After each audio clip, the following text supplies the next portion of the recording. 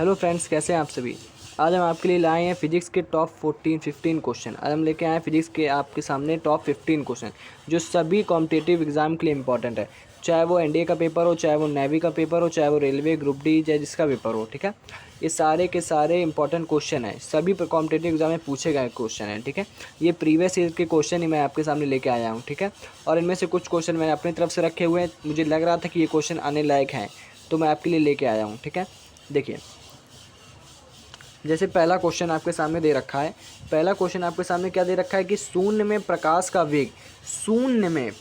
वेग दे रखा है 3 × 10⁻10 सेंटीमीटर पर सेकंड है। तो यदि कांच का अपवर्तनांक 1.5 हो तो कांच में प्रकाश का वेग होगा। आपसे कह रहा है कि शून्य में प्रकाश का वेग, आपसे कह रहा है कि शून्य में प्रकाश का वेग जो है वो आपसे कह रहा है कि शून्य में आपसे कह रहा है कि जो प्रकाश का वेग है ना, वो आपसे कह रहा है कि 3 × 10⁻10 सेंटीमीटर पर सेकंड। यदि कांच का अपवर्तनांक 1.5 है तो प्रकाश के वेग का मान क्या होगा। तो देखिए, ये होगा कि ये होगा कि ये होगा कि ये होगा। तो देखिए ज़रा, आपने फार्मूला पढ़ा होगा n बराबर होता है C/V। आपने फार्मूला पढ़ा होगा n बराबर होता है C/V, जहाँ n जो होता है अपवर्तनांक होता है, v जो होता है वो वेग होता है, ठीक है। और जो c होता है वो प्रकाश की चाल होती है और प्रकाश का वेग होता है, ठीक है। ये जो होता है ये माध्यम का वेग होता है माध्यम में, और ये भी होता है ये प्रकाश का वेग होता है, ठीक है। यहाँ पर ये जो वैल्यू c की जो वैल्यू होती है वो आपकी फिक्स होती है, ठीक है। ये वैल्यू होती है 3 × 10⁸ मीटर पर सेकंड। पर यहाँ पे शून्य कह रहा है, तो यहाँ पर तो वेग जो है वो इतना है ना, तो यहाँ पर ये वैल्यू रखेंगे हम c की जगह, ठीक है। और जो n की वैल्यू क्या होगी, जो ये जो 1.5 दे रखा है ये n की वैल्यू दे रखी है। जो 1.5 है ये किसकी वैल्यू है, ये n की वैल्यू दे रखी है। आपको n की वैल्यू आपको पता है, ठीक है।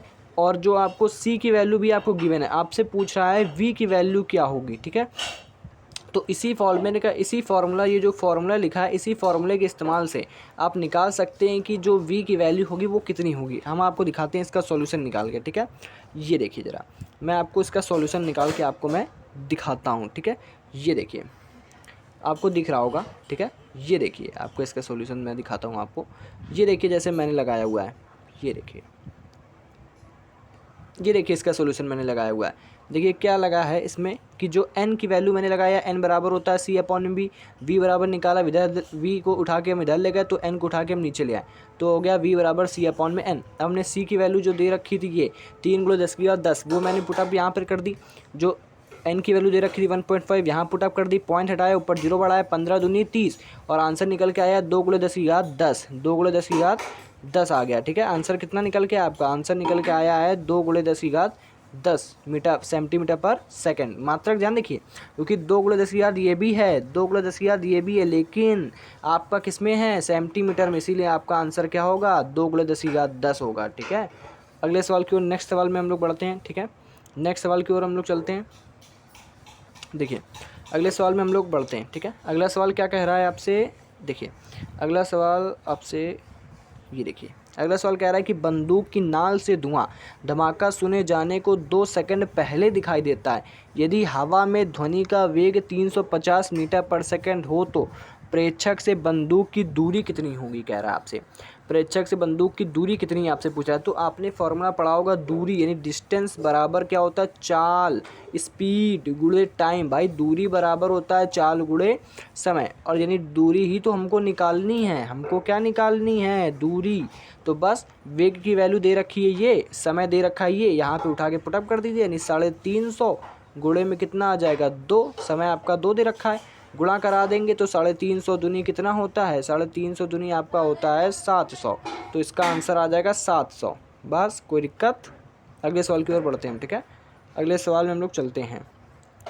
अगला सवाल आपसे क्या कह रहा है, अगला सवाल आपसे कह रहा है कि 25 वाट 120 वोल्ट। अगला सवाल आपसे कह रहा है कि 25 वाट 120 वोल्ट और 100 वाट 120 वोल्ट के 2 वैद्युत बल्ब है जो श्रेणी क्रम में 120 वोल्ट के स्रोत से जोड़े गए हैं।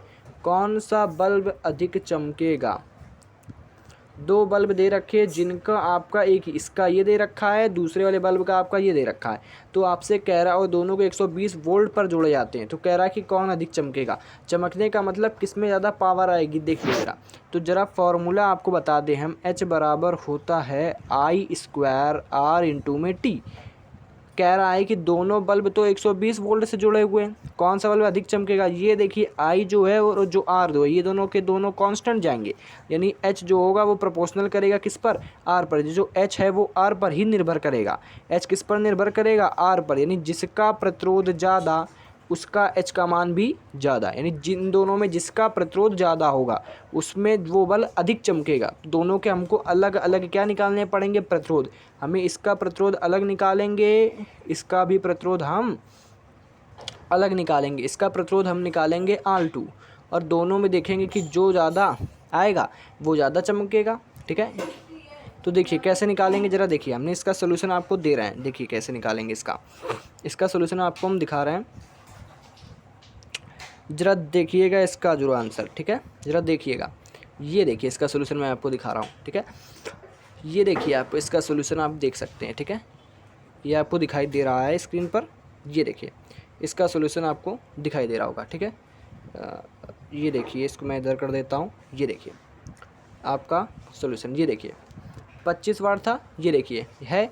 आपने फार्मूला यहाँ पे लगाया, कौन सा फार्मूला यहाँ पे मैं बता देता हूँ आपको कौन सा फार्मूला मैंने लगाया। आर बराबर लगाया है V²/P, ये फार्मूला मैंने यूज़ करा है। V की वैल्यू आपको दे रखी थी, आपको वैल्यू दे रखी थी, V की वैल्यू दे रखी थी आपको कितनी, 120। तो यहाँ पर मैंने V की वैल्यू पुटअप करी, यानी 120 का होल स्क्वायर हो गया। P की वैल्यू आपको दे रही थी 25, तो मैंने P की वैल्यू यहाँ पुटअप कर दी, 120 का स्क्वायर था, मतलब कि 2 बार 120 2 बार 120 लिख दिया।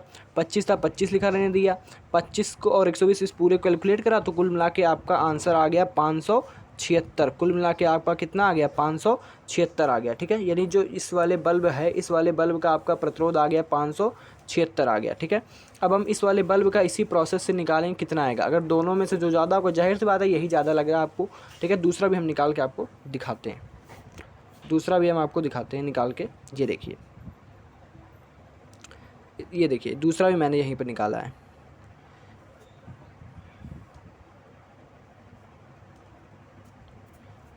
ये देखिए दूसरा भी मैंने यहीं पर निकाल दिया, ये देखिए।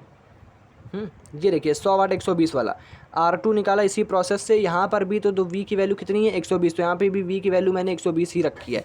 और जो यहाँ पे P की वैल्यू कितनी थी, 100, तो यहाँ पर मैंने कितनी रख दी, 100। अब 120 का स्क्वायर तो आप सभी लोग जानते हैं 12 का होता है 144, 1 जीरो का हो जाएगा 2 जीरो, 100 नीचे था, 100 नीचे था। ठीक है, 2 जीरो कट गया, यानी कितना आ गया इसका आंसर, इसका आंसर आ गया आपका 144। तो दोनों में से कौन ज़्यादा है, 576 वाला ज़्यादा है, यानी कि दोनों बल्ब में कौन अधिक चमकेगा, ये वाला। भाई ज़्यादा किसका आया, ज़्यादा किसका है, ज़्यादा किस वाले बल्ब का, ज़्यादा किस वाले बल्ब का आया, ज़्यादा ये वाले बल्ब का ज़्यादा आया है। इस वाले बल्ब का आया आपका 576, और इस वाले बल्ब का कितना आया, 144 आया।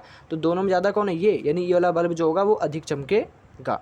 तो इसका आंसर आपका कितना आ जाएगा, इसका आंसर आ जाएगा कितना आपका, इसका आंसर आ जाएगा आपका ये वाला। ठीक है, 25 वाट 120 वोल्ट। ठीक है, अगले क्वेश्चन की ओर बढ़ते हैं। कह रहा है कि चुंबकीय क्षेत्र का मात्रक क्या होता है। देखिए चुंबकीय क्षेत्र का मात्रक क्या होता है, ये आपसे पूछ रहा है। ठीक है, तो चुंबकीय क्षेत्र का इनमें से मात्रक जो होता है, ये तो मात्रक होगा नहीं क्योंकि ये बल का मात्रक होता है।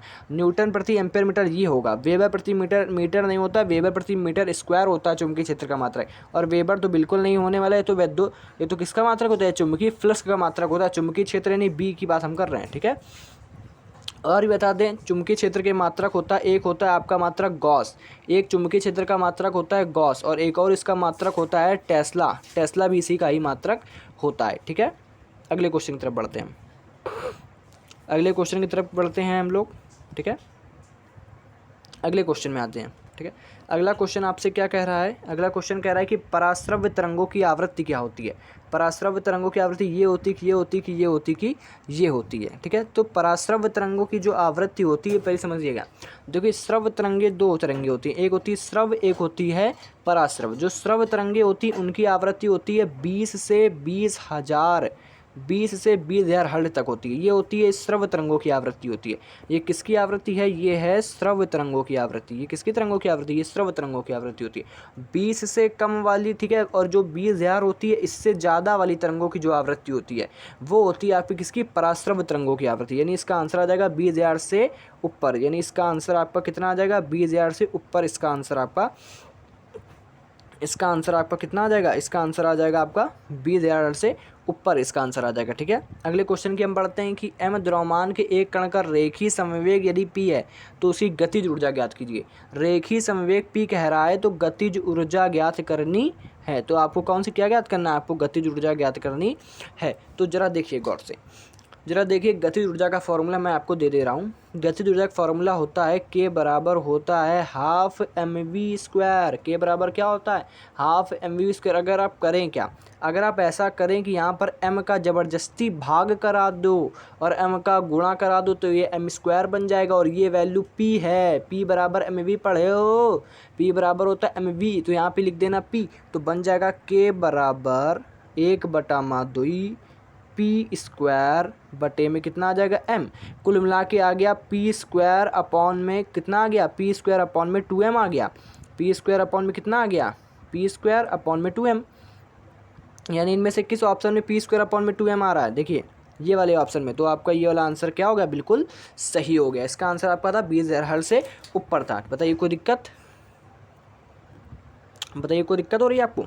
ठीक है, अगले क्वेश्चन की तरफ हम चलने जा रहे हैं। बेहतरीन तरीके से अगले क्वेश्चन की तरफ हम मूव करते हैं। ठीक है, अगला क्वेश्चन आपसे कह रहा है, क्या कह रहा है, देखिए अगला क्वेश्चन आपसे कह रहा है कि दो मोटर गाड़ियां, अगला क्वेश्चन आपसे क्या कह रहा है, अगला क्वेश्चन कह रहा है कि दो मोटर गाड़ियां क्रमशः V1 और V2 वेगों से एक ही दिशा में जा रही हैं, तो पहली की अपेक्षा दूसरे के सापेक्ष वेग क्या होगा। आपसे कह रहा है एक गाड़ी है V1 जा रही है, दूसरी गाड़ी V2 चाल से जा रही है और दोनों गाड़ियां सेम डायरेक्शन में जा रही हैं। दोनों गाड़ियां कैसे जा रही, दोनों गाड़ियां सेम डायरेक्शन में जा रही हैं। जब दोनों सेम डायरेक्शन में जाएं तो दोनों को घटा दीजिए, लेकिन यहाँ पर कह रहा है कि दूसरी के सापेक्ष वेग, तो दूसरी में से पहले को क्या करना है, घटाना पड़ेगा। तो इसका जो आंसर निकल के आएगा वो दूसरा हो जाएगा V2 माइनस V1। इसका आंसर आपका बिल्कुल ही सही हो जाएगा। कह दो सामने जा रही हैं, अगर विपरीत जाती तो क्या होता, अगर विपरीत जाती तो इसका आंसर आता V1 प्लस V2। अगर विपरीत जाएंगी तो इसका आंसर आपका आएगा क्या, V1 प्लस V2। इसका आंसर बिल्कुल ही सही हो जाता। इसका फिर आंसर आता आपका V1 प्लस V2। अगर दोनों विपरीत जाती, अगर विपरीत जाती तो V1 प्लस V2 आता। लेकिन आपसे यहाँ तो कह रहा है कि दोनों कहाँ जा रही हैं, एक ही दिशा में जा रही हैं, इसीलिए इसका आंसर दूसरा बिल्कुल ही सही हो जाएगा, जो कि क्या है आपका V2 माइनस V1 है। बताइए कोई दिक्कत। नेक्स्ट क्वेश्चन की ओर बढ़ते हैं हम लोग बेहतरीन तरीके से। फटाफट इसको शेयर कर दीजिए, फटाफट इसे सब्सक्राइब कर दीजिए। अगर जो हमारे चैनल पर पहली बार आए उसे फटाफट सब्सक्राइब कर दीजिए आप लोग, सभी लोग। अगर आपको ये वीडियो पसंद आए तो पक्का इसे शेयर करना ना भूलिएगा। ठीक है, क्योंकि आप लोग अगर सब्सक्राइब और शेयर करते हैं तो हमारी मेहनत बढ़ती है, हमारा हौसला बढ़ता है, फिर हम और अच्छे से अच्छे क्वेश्चन आपको ला के देंगे। ठीक है, बेहतरीन से बेहतरीन क्वेश्चन आपको देंगे। ठीक है, ठीक है, देखिए चलिए अगले क्वेश्चन की ओर बढ़ते हैं फटाफट। देखिए अगले क्वेश्चन की ओर बढ़ते हैं हम लोग। ठीक है, ज़रा देखिए आप लोगों की मेहरबानी है। ठीक है, देखिए अगले क्वेश्चन की ओर बढ़ते हैं हम लोग। ठीक है, ज़रा देखिएगा अगले क्वेश्चन की ओर हम बढ़ते हैं। ठीक है, ये देखिए अगला क्वेश्चन आपसे क्या कह रहा है कि एक स्वरित की आवृत्ति 100 हर्ट्ज प्रति सेकंड है, तो उसके कंपन का आवर्तकाल का मान कोटिमान में क्या होगा। कोटिमान में पूछ रहा है, कोटिमान का मतलब 10 की पावर में पूछेगा भैया। यानी 10 की पावर किस में पूछ रहा है, यानी 10 की पावर किस में पूछ रहा है, कंपन का आवर्तकाल कोटिमान में 10 की पावर में पूछ रहा है। चलो देखिए आपने फॉर्मूला पढ़ा होगा, n बराबर होता है 1/t। आपने फॉर्मूला पढ़ा होगा n बराबर 1/t, तो यहीं से निकालो ना कि t बराबर 1 में n हो जाइए। और n की वैल्यू कितनी है, n की वैल्यू कितनी है ज़रा बताना। कंपन का आवर्तकाल दे रखा है, n की वैल्यू दे रखी है आपको 100 हर्ट्ज, तो यहाँ पर रखिएगा 100 और 100 का मतलब स्क्वायर, 10 का ये ऊपर जाएगा तो 10 की घात माइनस का कितना आ जाएगा, 2 आ जाएगा। तो आपका आंसर क्या आ जाएगा, आपका आंसर दूसरा बिल्कुल ही सही है, जो है आपका 10 की घात माइनस का 2। बताइए दूसरा आंसर आपका बिल्कुल ही सही है, जो है कितना, 10 की घात माइनस का 2। बताइए कोई दिक्कत। ठीक है, अगले क्वेश्चन की तरफ हम बढ़ते हैं बेहतरीन तरीके से फटाफट। निम्नलिखित में से कौन ऊर्जा का मात्रक है? तो जरा देखिए ऊर्जा का मात्रक कौन सा होता है? किलोवाट ऊर्जा का मात्रक है? नहीं है, क्योंकि ये तो शक्ति का मात्रक है। जूल प्रति सेकंड मात्रक है? ये भी नहीं होगा। अरे ये बिन नहीं होगा तो कौन होगा? तीसरा वाला। बता देते हैं आपको ऊर्जा के मात्रक। एक तो आपका मात्रक होता है जूल ऊर्जा का मात्रक होता है, दूसरा मात्रक होता है इलेक्ट्रॉन वोल्ट ऊर्जा का मात्रक होता है, ठीक है। और ये है एक मात्रक किलोवाट घंटा इसका मात्रक होता है। एक और मात्रक होता है छोटू अर्घ। क्या होता है? एक और मात्रक इसका होता है, वो होता है अर्घ। क्या मात्रक होता है? अर्घ भी मात्रक होता है इसका, ठीक है। बात समझ आई? चलिए अगले क्वेश्चन की ओर बढ़ते हैं फटाफट फटाफट। देखिए अगले क्वेश्चन की ओर हम लोग बढ़ने जा रहे हैं, ठीक है। जरा देखिएगा अगला क्वेश्चन आपसे क्या कह रहा है। अगला क्वेश्चन आपसे कह रहा है कि ये आया अगला क्वेश्चन आपकी स्क्रीन पर, जरा देखिएगा। आप लोग जरूर बताइएगा कमेंट करके कि आप कितने क्वेश्चन का जवाब दे पाए हैं, ठीक है, और आपके कितने क्वेश्चन सही हैं आपके, ठीक है। सब लोग ईमानदारी से बताइएगा आपके कितने कितने क्वेश्चन सही हैं, ठीक है। और सब्सक्राइब करना मत भूलिएगा, ठीक है। देखिए ज़रा सब्सक्राइब करिएगा तो हमारा हौसला बढ़ता है, ठीक है। फिर हम और से बढ़िया वीडियो आपके लिए शेयर करेंगे, ठीक है। अगले क्वेश्चन की ओर बढ़ते हैं। सतह से सतह पर फेंके गए पिंड का महत्तम परास के लिए प्रक्षेप कोण का मान होना चाहिए। कह रहा है कि सतह से सतह पर फेंके गए पिंड का महत्तम परास के लिए प्रक्षेप कोण का मान कितना होना चाहिए? तो बेटा इसका आंसर आएगा 45। और ये कैसे आएगा ये मैं आपको बताना चाहूँगा, क्योंकि महत्तम परास का जो सूत्र होता है वो R बराबर होता है U² साइन 2 थीटा होता है। H बराबर होता है U² साइन 2 थीटा। H बराबर होता है U² साइन 2 थीटा अपॉन में G। यानी अगर आपको R को मैक्सिमम करना है, अगर आपको R को मैक्सिमम करना है तो आपको इसको भी मैक्सिमम करना होगा, और इसकी वैल्यू मैक्सिमम होती है 1। और ये 1 तब आएगा ना जब यहाँ पर थीटा आप कितना रखोगे? 45। यहाँ पे थीटा कितना रखोगे? अगर आप 45, क्योंकि अगर आप 45 ही रखोगे तभी तो काम बनेगा। अगर आप यहाँ पर कितना रखेंगे? 45 थीटा की वैल्यू, तभी तो ये साइन 90 बनेगा। और साइन 90 की वैल्यू कितनी होती है? 1। अगर यहाँ पे आप 45 रखेंगे, थीटा की जगह पुट करेंगे, यहाँ थीटा की जगह आप 45 पुट करेंगे, यहाँ पर आप थीटा की जगह कितना रखेंगे? 45 रखेंगे, तो साइन 45 का 2 मल्टीप्लाई कराएंगे, कितना आ जाएगा? 19 आ जाएगा। कितना आ जाएगा? 90 आ जाएगा, ठीक है। 45 में आप इसमें मल्टीप्लाई कराएंगे तो 90 आ जाएगा, और साइन 90 की वैल्यू हो जाएगी 1। यानी इसका आंसर आ जाएगा कितना? 45 डिग्री। कोई दिक्कत है आपको? नेक्स्ट क्वेश्चन की ओर मैं बढ़ता हूँ, ठीक है। कोई दिक्कत? फटाफट देखिए अगले क्वेश्चन की ओर बढ़ते हैं, ठीक है। देखिए ज़रा अगला क्वेश्चन आपसे क्या कहना चाहता है। देखिए ना, किसी कण द्वारा अधिकतम कार्य करने के लिए बल तथा वस्तु कण के बीच झुकाव होना चाहिए। कह रहा है कि किसी कण द्वारा अधिकतम कार्य करने के लिए बल और वस्तु के बीच कितने का झुकाव होना चाहिए। देखा, अधिकतम कार्य करवा रहा है वो, कितना अधिकतम कार्य करवा रहा है। उसी प्रकार जैसे पहला था उसी प्रकार से सॉल्यूशन लगेगा। देखिए कार्य का फॉर्मूला आपने पढ़ा होगा, W बराबर होता है FS इंटू में कॉस थीटा। कितना होता है? Cos theta. देखिए FS इंटू में क्या होता है? Cos theta. अगर आपको W को मैक्सिमम करना है तो आपको इसको भी क्या करना पड़ेगा? मैक्सिमम। इसको भी आपको क्या करना पड़ेगा? मैक्सिमम करना पड़ेगा। और कॉस की जो मैक्सिमम वैल्यू होती है वो होती है 1। भाई कॉस हो चाहे साइन हो, उसकी मैक्सिमम वैल्यू कितनी होती है? 1। और 1 यहाँ पर तब मिलेगा ना जब थीटा की वैल्यू कितनी रखी होगी? 0। यहाँ 1 कब मिलेगा? जब थीटा की वैल्यू कितनी होगी? 0 होगी, ठीक है। कितनी होगी? 0 होगी। यानी थीटा का वैल्यू अगर आप 0 रखोगे तभी तो कॉस 0 की वैल्यू कितनी होगी? 1 होगी आपकी। कॉस 0 की वैल्यू कितनी होगी? 1। यानी तो इसका आंसर जो राइट आंसर होगा वो कितना हो जाएगा? 0 डिग्री। यानी कॉस 0 की वैल्यू कितनी होगी? 1। यानी ये W क्या हो जाएगा? मैक्सिमम। कोई दिक्कत है? नेक्स्ट क्वेश्चन की ओर हम बढ़ते हैं। कह रहा है कि एक कूलाम ऋण आवेश में इलेक्ट्रॉनों की संख्या कितनी होगी। कह रहा है कि एक कूलाम आवेश में इलेक्ट्रॉनों की संख्या कितनी होगी। जरा गौर से देखिए, अब बच्चों वाला क्वेश्चन है, ये आपने इंटर में पढ़ा होगा, ठीक है। पहला चैप्टर आपका आवेश का क्वांटमीकरण, वहाँ पर आपने ये लाइन पढ़ी होगी। तो N बराबर फॉर्मूला होता है Q अपॉन में E।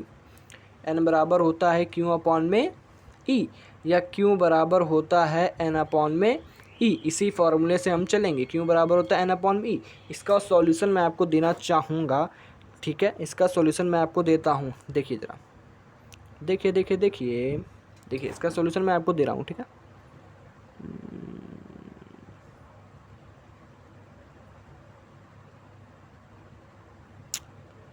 इसका सॉल्यूशन मैं आपको देता हूँ, ये देखिए। ये तो दूसरे का है। देखिए ज़रा, इसका सॉल्यूशन मैं आपको देना चाहता हूँ। देखिए 2 सेकंड बस वेट करिए, 1 सेकंड बस वेट करिएगा। देखिए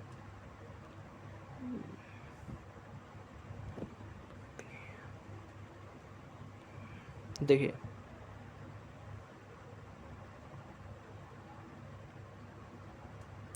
आपको अच्छे से क्लियर हो जाए, बस इसीलिए मैं आपको सॉल्यूशन दे रहा हूँ, ठीक है। इसीलिए बस मैं आपको सॉल्यूशन दे रहा हूँ, वरना तो मैंने तो आपको फॉर्मूला बता दिया, आप वैल्यू पुट अप करके निकाल सकते हो। लेकिन मैं चाहता हूँ कि आपको सॉल्यूशन देखें और तो आपको अच्छे से समझ में आ जाए कि करा क्या गया है, ठीक है। ये देखिए आपका सॉल्यूशन, ठीक है। ये देखिए आपका सॉल्यूशन, ठीक है। ये आपका, ठीक है। मैं इसको यहाँ पे लगा देता हूँ, आपको क्लियर हो जाएगा, ठीक है। ये देखिए ज़रा, देखिए गौर से, ठीक है। ये देखिए आपका, ये देखिए क्यू बराबर होता है एन ई, एन बराबर क्यू अपॉन में। क्यू की वैल्यू हमने रख दी 1, क्यू की वैल्यू कितनी रख दी 1, और ई की वैल्यू अब फिक्स होती है 1.6 इंटू 10 की पावर माइनस का 19। ये पॉइंट हटाया है, ऊपर एक जीरो बढ़ गया। जब ये 19 ऊपर में जाएगा तो किस में हो जाएगा, प्लस में हो जाएगा। तो 19 में से हमने क्या करा कि 10 की पावर 18, जो ये 18 लिखा है, ठीक है, 10 की पावर 18 अलग कर लिया और एक जीरो इसको दे दिया, तो यहाँ पर 100 हो गया। अब जब 16 का भाग अगर आप 100 में लगाएंगे तो इसका आंसर आएगा 6.25 इंटू 10 की पावर 18 आ जाएगा, ठीक है। 16 का भाग अगर आप 100 में लगाएंगे तो देखिए 16 छक्का 96, 16 छक्का आपका 96 हो जाएगा, ठीक है। 16 छक्का 96, 40 बचेगा, 16 दूनी 32, 8 बचा, 16 25 80। बताइए कोई दिक्कत? यानी इसका आंसर आपका बिल्कुल ही सही क्या आंसर इसका माना जाएगा, ये वाला। नेक्स्ट क्वेश्चन की तरफ मैं बढ़ने जा रहा हूँ, ठीक है। कोई दिक्कत है, समस्या है, कोई परेशानी किसी बालक को, किसी को समस्या, बोलो किसी को कोई समस्या हो तो बताइएगा कमेंट करके, ठीक है। अगर किसी को समस्या हो, ठीक है। देखिए ज़रा, किसी को कोई समस्या परेशानी हो तो बता देना प्लीज़, ठीक है। मैं उसमें सुधार करने की कोशिश करूँगा, ठीक है। देखिए ज़रा, देखिए अगले क्वेश्चन में आते हैं।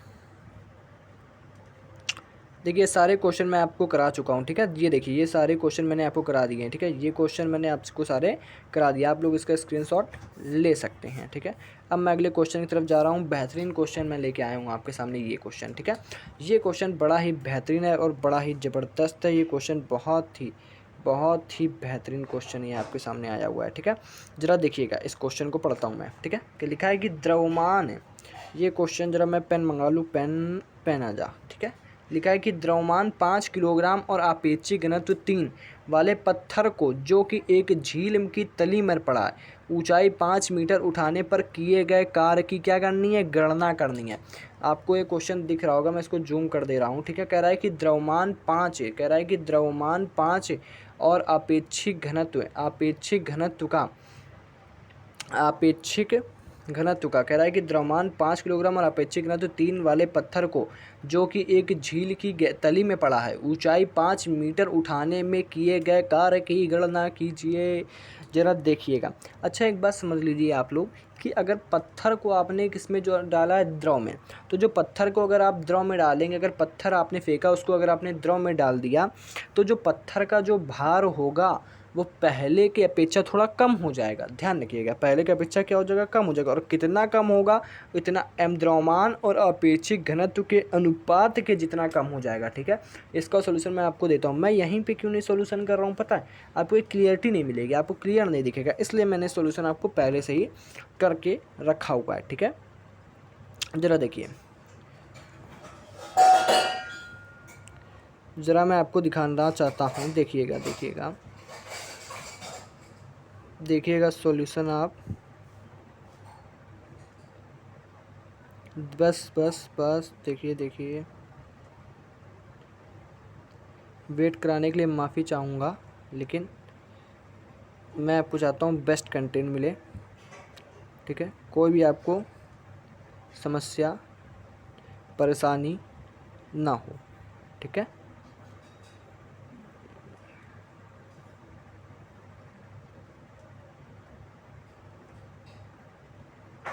देखिए ज़रा, ये है, ठीक है।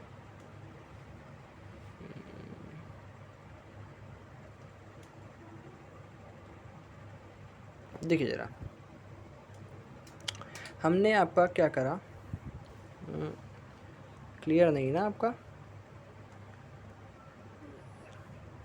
चलिए मैं यहीं बता देता हूँ आपसे। देखिए, आपसे कह रहा है कि 5 किलोग्राम दे रखा है, आपेक्षिक घनत्व तो आपको 3 दे रखा है। तो जो आपका जो द्रव्यमान में कमी होगी वो आपका पानी के अंदर द्रव्यमान हो जाएगा, जो इसका पहले वाला द्रव्यमान था वो बटे में आपेक्षिक घनत्व तो 3, यानी इतने की कम हो जाएगा। यानी पानी के अंदर जब आप डुबोएंगे तो जो द्रव्यमान होगा वो 5/3 जो होगा वो कम हो जाएगा। तो जब बचा कितना वो निकालने की क्या करेंगे, पहले था 5, अब हो गया, अब कम कितना हो गया, 5/3 कम हो गया। कम कितना हो गया, 5/3, 5/में कितना कम हो गया, 3 कम हो गया, 5/3। इसको आप सॉल्व करेंगे तो इसका जो आंसर कैलकुलेट करके आएगा वो आंसर आएगा आपका 10/3। इसको आप कैलकुलेट कर लीजिएगा। देखिएगा ज़रा ध्यान से देखिए, 3×5 = 15, 15 में 5 चलेगा, कितना बचा, 3×5 = 15, 15 में 5 चलेगा, आपका कितना बचा, 10, 10/3 आपका आंसर आ गया, ठीक है। यानी 10/में कितना आ गया, 3। यानी द्रव्यमान जो बाद वाला होगा वो कितना हो जाएगा, 10/3 हो जाएगा, ठीक है। चलिए, 10/3 हो गया, आपका द्रव्यमान हो गया। फिर हमको तो कार्य निकालना है ना, तो कार्य बराबर होता है बल गुणे विस्थापन, यानी हमको पहले बल आना चाहिए। तो चलते हैं बल निकालते हैं हम आपको, ठीक है। आपका देखिए बल निकालते हैं हम, ठीक है। जरा देखिए, हमारा जो कार्य था, हमारा क्या था, जो हमारा द्रव्यमान था वो द्रव्यमान आपका कितना निकल के आया था, जो द्रव्यमान था वो m' का था। देखिए ज़रा, द्रव्यमान आपका कितना निकल के आया था आपका, ठीक है। देखिए, द्रव्यमान आपका m जो था वो कितना निकल कर आया है, वो आपका आया है 10/3 द्रव्यमान आपका निकल के आया। जो m' था वो 10/3 निकल के आया। अब देखिए ज़रा, हम इससे निकालते हैं बल। बल F बराबर फॉर्मूला होता है mg। F बराबर फॉर्मूला कितना होता है, mg। m की वैल्यू कितनी दे रखी है, 10/3। m की वैल्यू कितनी दे रखी है, 10/3। और g की वैल्यू कितनी होती है, 10। अब 10 का 10 में गुणा कराएंगे तो आएगा 100, यानी आंसर आ जाएगा आपका 100/में कितना, 3। ये आपका आ गया बल, ये आपका क्या आ गया, बल आ गया आपका। f की वैल्यू आ गई 10/में, यानी आ गया आपका कितना, 100/3। जब आपका बल आ गया तो हम यहाँ से कार्य को भी कैलकुलेट कर सकते हैं। जब बल आ गया आपका 100/3, तो यहाँ से आप कार्य कैलकुलेट कर लीजिए। तो कार्य बराबर क्या होता है, बल गुणे विस्थापन। अब यहाँ से कार्य को कैलकुलेट कर लीजिएगा। बल गुणे कार्य बराबर होता है बल गुणे विस्थापन होता है। तो आप देखिए ज़रा, कार्य बराबर होता है बल गुणे विस्थापन, और बल आपका निकल के कितना आया था, 100/3। और विस्थापन आपका कितना दे रखा है, 5 मीटर ऊंचाई, ठीक है। यानी 4 रख दीजिएगा, ठीक है। जरा इसको 4 रखिएगा, ठीक है। जरा इसको कैलकुलेट कर लीजिएगा, इसका आंसर आपका निकल के आएगा 163.3 जूल, ठीक है। बस नहीं आपको, यानी इसी फॉर्मूले से हमको निकालना था। चलिए नेक्स्ट क्वेश्चन की ओर हम लोग बढ़ते हैं। अगले नेक्स्ट क्वेश्चन की तरफ हम बढ़ने जा रहे हैं, ठीक है। अगला क्वेश्चन आपसे क्या कह रहा है, अगला क्वेश्चन आपसे कह रहा है कि अगला क्वेश्चन आपसे कह रहा है कि संलग्न परिपथ में, अगला क्वेश्चन आपसे कह रहा है कि संलग्न परिपथ में 1 का मान होगा, जबकि 3 ओम के प्रतिरोध में धारा का मान 2 एम्पीयर है, ठीक है। कह रहा है कि जो आई का मान बताना है संलग्न परिपथ में, जो आई है उसकी वैल्यू क्या होगी जबकि 3 ओम में 2 एम्पीयर की धारा भरी। अच्छा बताइए, तीनों किस क्रम में जुड़े हैं, तीनों किस क्रम में जुड़े, ये तीनों किस क्रम में जुड़े हैं, तीनों समांतर के समांतर क्रम में जुड़े हैं।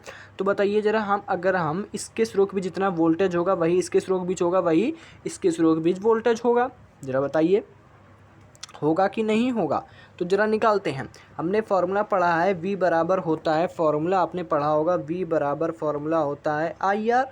तो यहाँ पे निकालोगे 3 दूनी 6 आएगा, यहाँ पर भी 6 आएगा और यहाँ पर भी 6 आएगा। तो जरा बताइए, 1 ओम के सिरों के बीच विभवांतर कितना आया, विभवांतर कितना आया है, 6 वोल्ट आया है। ये क्या है, ये R की वैल्यू है, R पता है, V पता है, तो क्या आप I नहीं निकाल सकते हो, I बराबर V/R के। भैया I पता, देखो V बराबर IR से हम चले, 3 दूनी 6 हो गया, इधर भी 6 इधर भी 6। जब R प्रतिरोध दे रखा है, v दे रखा है, तुम क्या i नहीं निकाल सकते हैं? बिल्कुल निकाल सकते हैं। यानी हम निकाल सकते हैं किससे? i बराबर v अपॉन में r से। i हम निकाल सकते हैं बिल्कुल, i बराबर फॉर्मूला लगा के v अपॉन r से। i बराबर लगा देंगे फॉर्मूला v अपॉन में r, और v कितना दे रखा था? 6, r दे रखा है 6, तो भाग देंगे तो भी आंसर कितना आएगा? 6। तो इसका आंसर आएगा 6 एम्पियर। बात खत्म। तो इसका आंसर कितना आ जाएगा? 6 एम्पियर। बोलिए अगले क्वेश्चन में चले, कोई दिक्कत? अगले क्वेश्चन के हम चलते हैं, ठीक है। अगला क्वेश्चन आपसे क्या कह रहा है? अगला क्वेश्चन आपसे कह रहा है कि दो समतल दर्पण, अगला क्वेश्चन आपसे कह रहा है कि दो समतल दर्पणों के बीच कितने अंश का कोण बना रहे ताकि उनके सामने रखी वस्तु 9 प्रतिबिंब प्राप्त हों। छोटू आपसे कह रहा है कि दो समतल दर्पणों के बीच कितने अंश का कोण बना रखें ताकि उनके बीच किसी वस्तु का 9 प्रतिबिंब प्राप्त हो। तो जरा देखिए 9 प्रतिबिंब प्राप्त हो रहा है, तो जरा हम इसका एक फॉर्मूला आपको देने चाहेंगे। इसका फॉर्मूला 9 प्रतिबिंब दे रखा है। 9 प्रतिबिंब प्राप्त होने के लिए एक फॉर्मूला दे रहा है हमको। कोई भी प्रतिबिंब कह दे, चाहे 9 दे दे, चाहे 10 दे दे, चाहे 4 दे दे, चाहे 5 दे दे, आपका फॉर्मूला होता है n बराबर होता है 360/θ। लेकिन ये तब लगेगा जब वैल्यू किस में हो? सम में हो। यहाँ तो 9 विषम है, और विषम के लिए यहाँ पर -1 कर देते हैं, ठीक है। यानी जो n की वैल्यू कितनी दे रखी है आपको?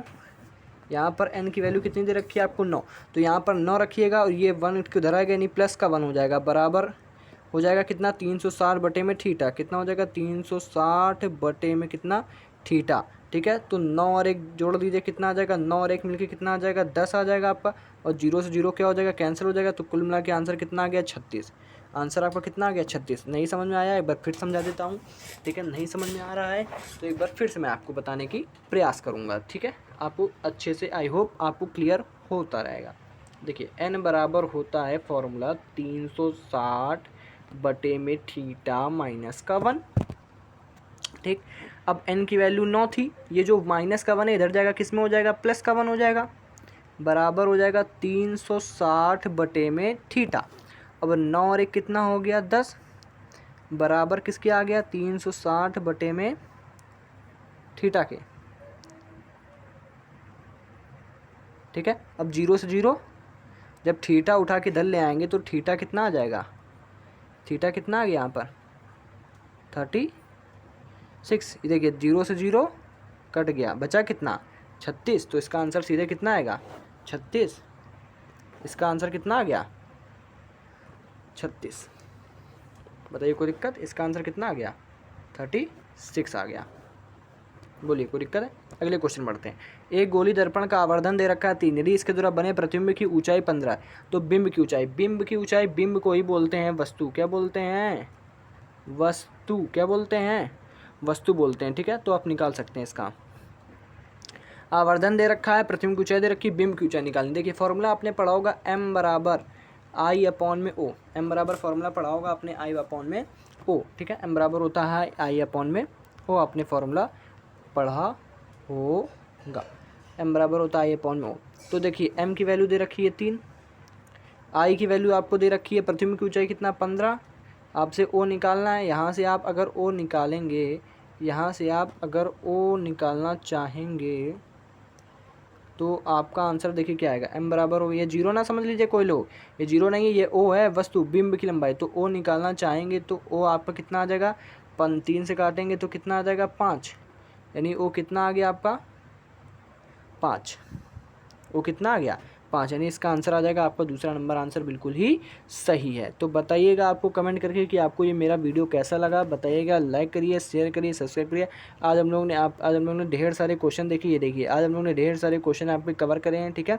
और आप कमेंट करके ज़रूर बताइएगा आपको ये वीडियो कैसा लगा है, ठीक है। फिर मिलेंगे नेक्स्ट वीडियो में। आज के लिए इतना ही। प्लीज़ हमारे चैनल को सब्सक्राइब करना मत भूलिएगा। प्लीज़ सभी लोग हमारे चैनल को क्या करिएगा? सब्सक्राइब करिएगा, सब्सक्राइब कर दीजिएगा हमारे चैनल को। प्लीज़ सभी लोग हमारे चैनल को क्या करिएगा? सब्सक्राइब करना मत भूलिएगा, ठीक है सभी लोगों को। फिर मिलेंगे नेक्स्ट वीडियो में। आज के लिए इतना ही, ठीक है। फिर मिलते हैं नेक्स्ट वीडियो में।